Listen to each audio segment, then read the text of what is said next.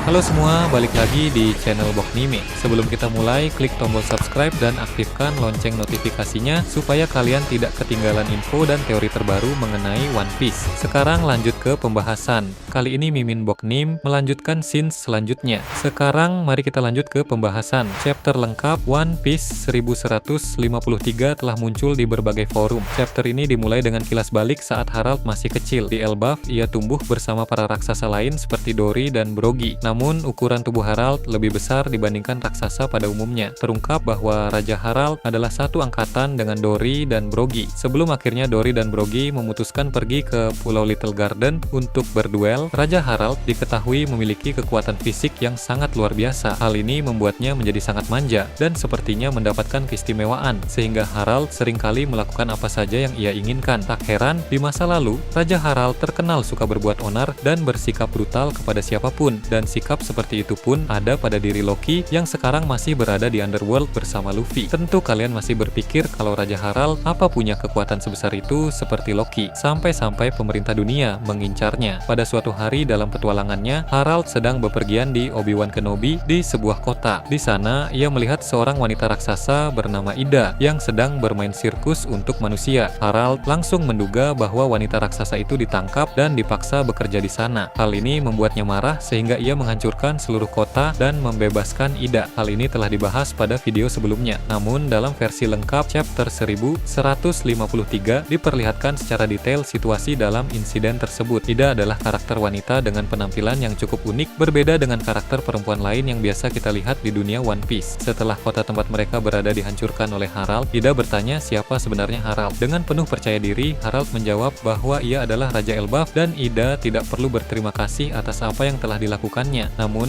terjadi hal yang di luar dugaan Harald. Ida menampar Harald karena kesal atas perbuatannya. Harald sangat terkejut hingga menunjukkan ekspresi wajah yang konyol. Ternyata Harald salah paham. Ida tidak ditangkap dan dipaksa bekerja oleh manusia, melainkan bekerja di sana secara sukarela untuk membalas budi atas kebaikan orang-orang di kota tersebut yang pernah menyelamatkannya saat terdampar di pantai. Inilah cara Ida membalas budi. Hal ini menunjukkan bahwa bertindak terburu-buru dan mengambil keputusan mendadak saat sedang emosi tidak selalu berjalan baik karena Harald terbukti melakukan tindakan yang sangat keliru. Ida memarahi Harald dengan berkata, "Jangan hanya karena kuat lalu merasa lebih baik dari orang lain." Pertemuan dengan Ida mulai mengubah kepribadian Harald. Seperti yang kita tahu dari chapter sebelumnya, awalnya Harald memiliki kelakuan yang sangat buruk, suka membawa kehancuran dan bertindak seenaknya. Namun setelah bertemu Ida, sifat dan sikapnya mulai berkembang ke arah yang lebih baik. Harald juga mulai tertarik dengan kebudayaan di negeri-negeri lain sehingga cara berpikirnya tidak lagi terbatas pada budaya Elbaf saja. Harald membawa Ida kembali ke Pulau Elbaf karena ia jatuh cinta pada wanita raksasa itu. Sebagai bukti keseriusan cintanya, Harald ingin menikahi Ida. Sayangnya, hal ini ditentang oleh para tetua raksasa karena sebagai raja, Harald tidak boleh menikahi Ida yang merupakan wanita dari luar dan tidak memiliki darah keturunan Elbaf. Aturan di Elbaf sangat ketat, bahkan tidak bisa dilanggar oleh seseorang seperti Harald sekalipun. Hal ini sangat mengecewakan, tetapi rasa cinta Harald pada Ida tidak pernah hilang. Ida akhirnya tinggal di sebuah desa di Pulau Elbaf, sementara Harald terus menjalankan pemerintahan di negeri para raksasa. Sebagai seseorang yang telah berubah menjadi pribadi yang lebih baik dan berpikiran terbuka, gaya kepemimpinan Harald jauh berbeda dari sebelumnya. Ia melakukan pembaruan di Pulau Elbaf dan mulai berdiplomasi dengan pihak luar, salah satunya dengan kerajaan Ryugu di Pulau Manusia Ikan. Dari sinilah kebudayaan Elbaf mulai berubah. Harald menekankan pentingnya diplomasi dan negosiasi daripada pertempuran. Beberapa tahun kemudian, Ida melahirkan anak pertama, Harald, yang bernama Hajrudin.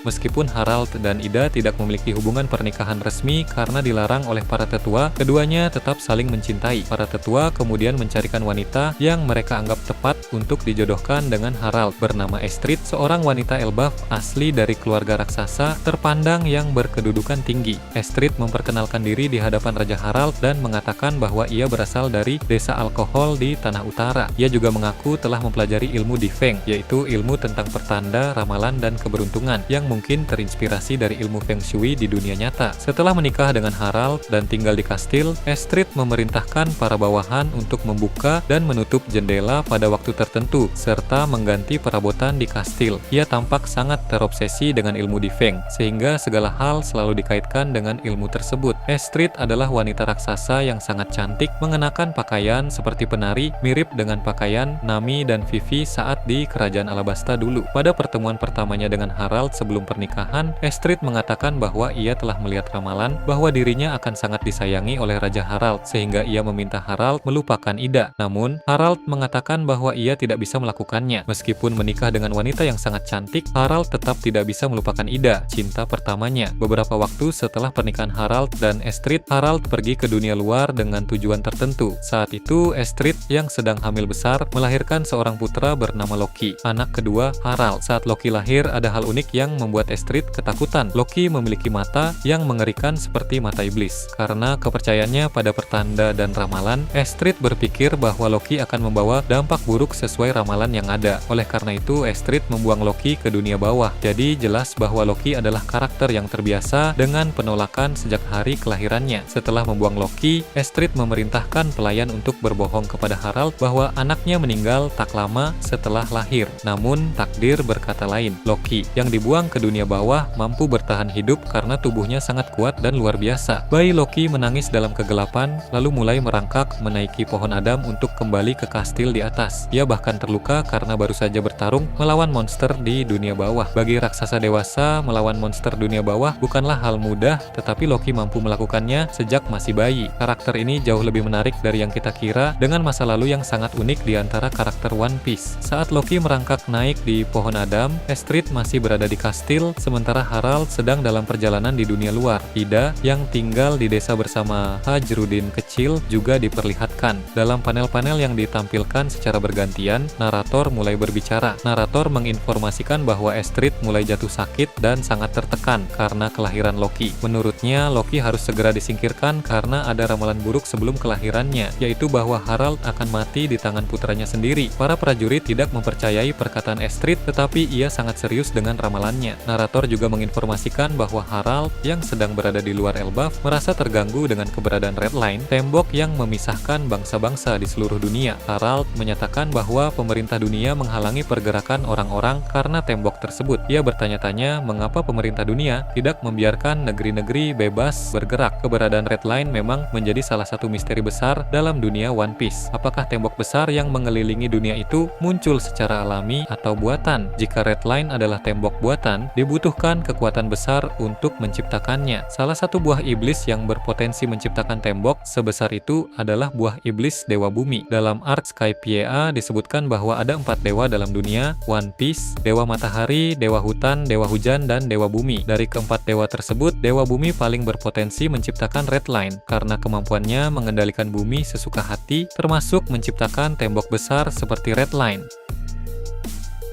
Pembahasan tentang kekuatan para dewa ini sangat menarik, terutama karena kemunculan Dewa Matahari Nika telah menghebohkan dunia, sehingga kemunculan dewa-dewa lain di masa depan pasti akan sangat menghebohkan. Kembali ke cerita di desa Elbaf, Ida berbicara dengan Hajrudin kecil tentang Loki, mengatakan bahwa Loki adalah adiknya dan pasti akan menyenangkan jika mereka bertemu. Namun, Hajrudin tidak menganggap Loki sebagai saudaranya karena Loki bukan anak kandung Ida. Ida memaklumi perkataan Hajrudin karena ia masih sangat kecil dan belum memahami banyak hal tentang kehidupan. Ida hanya menganggap perkataan Hajrudin sebagai sesuatu yang lucu. Narator kemudian menginformasikan bahwa setelah kelahiran Loki, semua bencana dan hal buruk di Elbaf selalu dikaitkan dengan Loki sebagai bagian dari kutukannya. Inilah sebagian kecil dari kisah kehidupan Pangeran Loki, yang penuh dengan penolakan sejak bayi dan dianggap sebagai pembawa malapetaka. Astrid membuang Loki ke dunia bawah karena ramalan bahwa Loki akan membunuh Raja Harald di masa depan. Namun, seperti yang kita tahu, Harald tidak dibunuh oleh Loki, melainkan oleh para bawahannya sendiri, yang kemungkinan besar dikendalikan oleh Im Sama. Jadi, jelas bahwa Im Sama adalah dalang utamanya, dan ramalan Astrid ternyata salah besar. Penglihatannya tentang masa depan Loki meleset. Namun, karena rumor bahwa Loki adalah pembawa bencana telah menyebar ke seluruh Elbaf, segala kekacauan di Elbaf selalu dikaitkan dengan Loki. Seperti yang telah dibahas sebelumnya, ramalan Astrid tentang Loki mirip dengan ramalan Madame Charlie tentang Luffy, yang tidak bisa dipercaya begitu saja karena bisa bisa meleset atau konteksnya berbeda dengan kejadian aslinya. Luffy dan Loki memang ditakdirkan untuk menjadi penerus Joy Boy dan Oars kuno yang tentu memiliki kekuatan mitologi dewa kuno. Disinilah momen ketika warga Elbaf akan menyadari bahwa Loki bukan pembawa malapetaka, melainkan malapetaka terjadi karena ulah pemerintah dunia. Justru Loki yang akan menyelamatkan warga Elbaf dari ancaman pemerintah dunia, bekerja sama dengan Luffy dengan kekuatan dewa mitologinya untuk melawan Im Sama. Ini sesuai dengan moral di Pulau Elbaf, di mana Dewa Matahari Nika bekerja sama dengan seorang raksasa untuk melawan sosok iblis. Kerjasama ini tidak hanya berlangsung di Elbaf, tetapi akan berlanjut hingga perang akhir dalam pertempuran besar melawan pemerintah dunia. Bagaimana menurut kalian terkait ini?